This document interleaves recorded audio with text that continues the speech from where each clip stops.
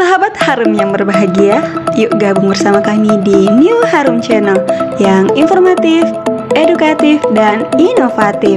Caranya gampang banget, tinggal klik tombol subscribe dan aktifin loncengnya biar gak ketinggalan video terbaru dari kami.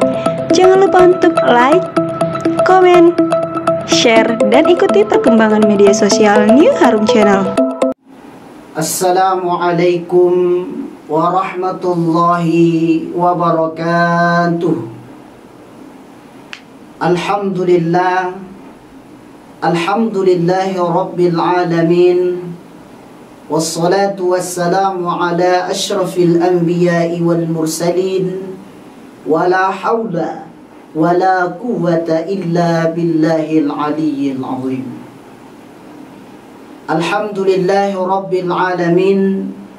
Puji dan syukur kepada Allah Subhanahu wa ta'ala yang telah memberikan kepada kita semua kesehatan secara jasmani dan kesehatan secara rohani.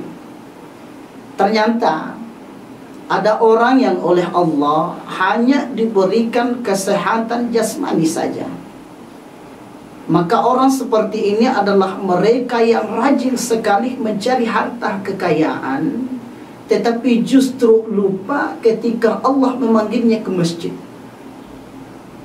Justru lupa ketika Allah memanggilnya beribadah. Maka beruntung kita yang setiap sholat, setiap waktu bisa melaksanakan itu. Berarti Allah menyayangi kita. Kemudian ada juga orang yang oleh Allah hanya diberikan kesehatan rohaniah saja. Secara fisik lemah, tetapi hatinya dekat dengan Allah. Maka sebetulnya untung tidak untung orang seperti ini. Kenapa? Karena lemah fisik itu adalah sebuah kerugian, ya. Tetapi insya Allah kita yang mendengarkan tausiah New Harum ini mendapatkan kesehatan jasmani, kesehatan rohani. Kemudian kita bersolawat kepada baginda Nabiullah Muhammad sallallahu alaihi wasallam. Dikatakan oleh baginda, taraktu fikum amrayni am tadillu tamassaktum bihima, kitabullah wa sunnatu Rasulullah sallallahu alaihi wasallam. Selamat, kata Nabi, selagi masih berpegang teguh kepada dua. Apa yang dua? Kitabnya Allah, itulah Al-Quran, dan sunnah Rasulullah Sallallahu Alaihi Wasallam. Apa itu? Segala sesuatu yang bersumber dari Nabi kita Muhammad Sallallahu Alaihi Wasallam, baik itu perkataan, baik itu perbuatan, ataupun takrir Nabi Muhammad Sallallahu Alaihi Wasallam. Pemirsa New Harum Channel dimanapun Anda berada, ada sebuah kalimat sederhana yang bagus menjadi rutinitas di dalam perbuatan kita, perkataan kita, lisan kita. Yang dimana ketika kita menekuni ini sebagai sebuah aktivitas, maka itu akan sanggup memberikan sebuah kekuatan yang maha luar biasa ke dalam diri kita. Saya bawa dulu kepada sebuah cerita, dan insya Allah cerita ini bisa kita ukur kebenarannya.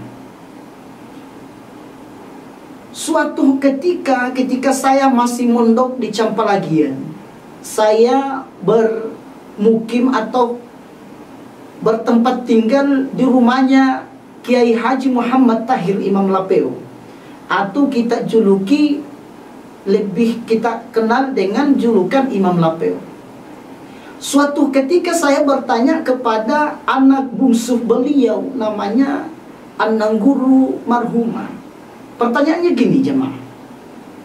Sebetulnya apa amalan yang selalu dilakukan oleh Anangguru Imam Lapeo semasa hidupnya? Kenapa banyak karomah yang diceritakan kepada kami turun-temurun? Maka dijawablah seperti ini.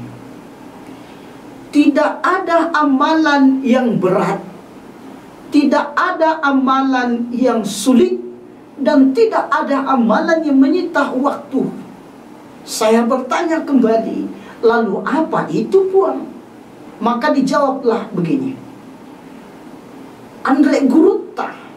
Jadi kalau Anggrek Guruta itu mungkin di Sulawesi Selatan, Bugis utamanya memanggil itu. Tapi kami di Sulawesi Barat, Mandar khususnya, memanggil dengan sebutan Anang Guru.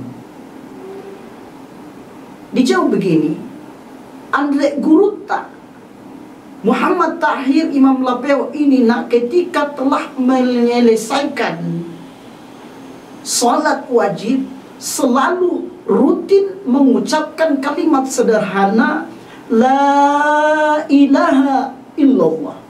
Sederhana sekali, La ilaha illallah. Sehingga lanjut diceritakan kepada kami, dulu ketika Imam Lapeo itu berjalan di suatu tempat, Imam Lapeo ini dihadang oleh preman. Seketika itu mau dihabisi nyawanya, maka ditebaslah dengan menggunakan parang. Ketika mau ditebas, gerakan refleks datang dari Anang Guruta Imam Lapeo, seraya mengungkapkan kalimat sederhana La ilaha illallah. Lalu apa yang terjadi?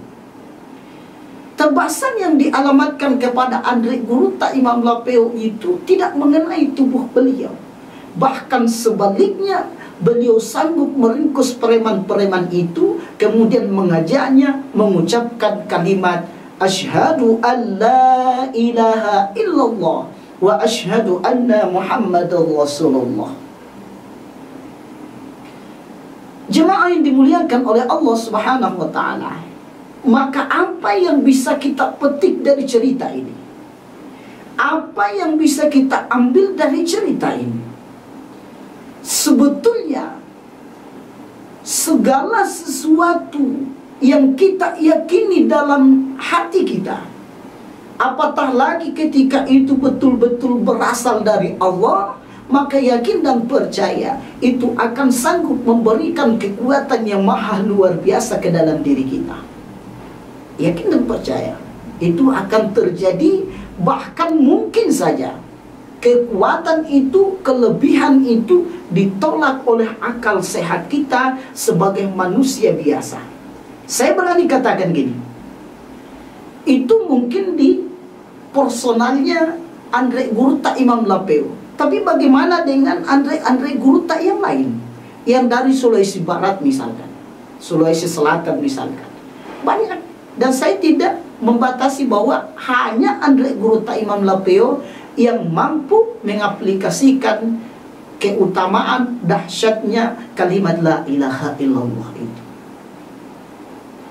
Setelah kita telisik lebih jauh, ternyata kalimat ini pun adalah kalimat pamungkasnya baginda Rasulullah. Ya. Ketika ditanya an Jabir, dari Jabir radhiyallahu anhu berkata, sami'tu Rasulullah sallallahu alaihi wasallam yaqul, saya pernah mendengarkan Rasulullah sallallahu alaihi wasallam berkata. Apa yang dikatakan Nabi? Afdalu dzikr La ilaha illallah. Zikir yang paling utama, kata Nabi, adalah La ilaha illallah. Ada 3 poin yang kita ingin harapkan dari rutinitas kalimat La ilaha illallah itu. Yang pertama adalah, mungkin saja kita menghendaki terbebas dari api neraka. Itu adalah naluri kita sebagai seorang manusia yang beragamakan Islam. Pasti ingin terbebas dari api neraka. Kharajatta minan nar. Kalau ditanya, maka pasti jawabannya. Kalau muslim sejati, pasti jawabannya, saya ingin terbebas dari api neraka.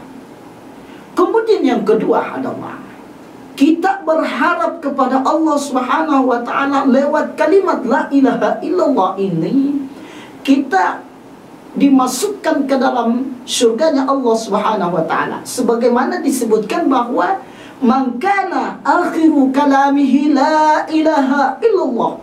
Barang siapa yang di akhir perkataannya adalah la ilaha illallah, dakhalal jannah, masuk ke dalam surga.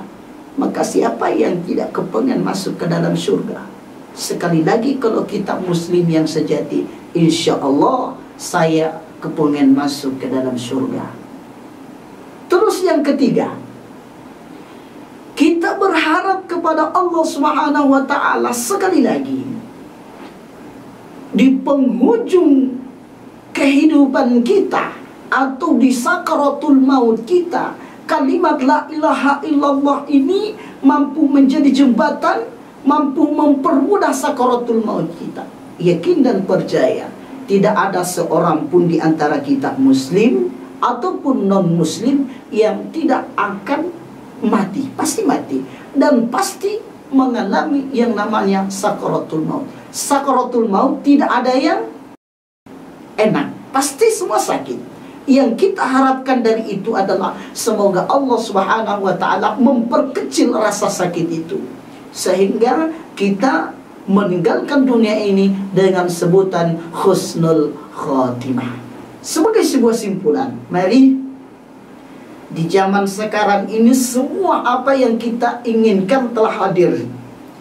Tinggal kita manfaatkan fasilitas itu untuk menggapai, untuk mempelajari apa yang semestinya kita pelajari, dan memfilter apa yang semestinya kita filter dari kehidupan kita. Kalimat la ilaha illallah ini sederhana, tetapi kalau kita meyakini dalam hati kita, maka insya Allah bisa menjadi sebuah kekuatan yang maha luar biasa. Saya kira ini yang sempat saya sampaikan. Mudah-mudahan ada manfaatnya untuk kita, lebih lagi kepada diri saya.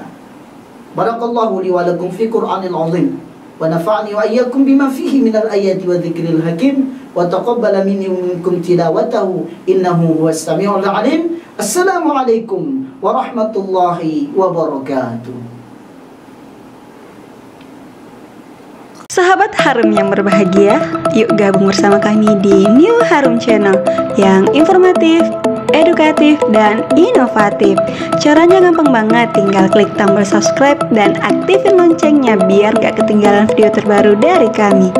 Jangan lupa untuk like, komen, share, dan ikuti perkembangan media sosial New Harum Channel.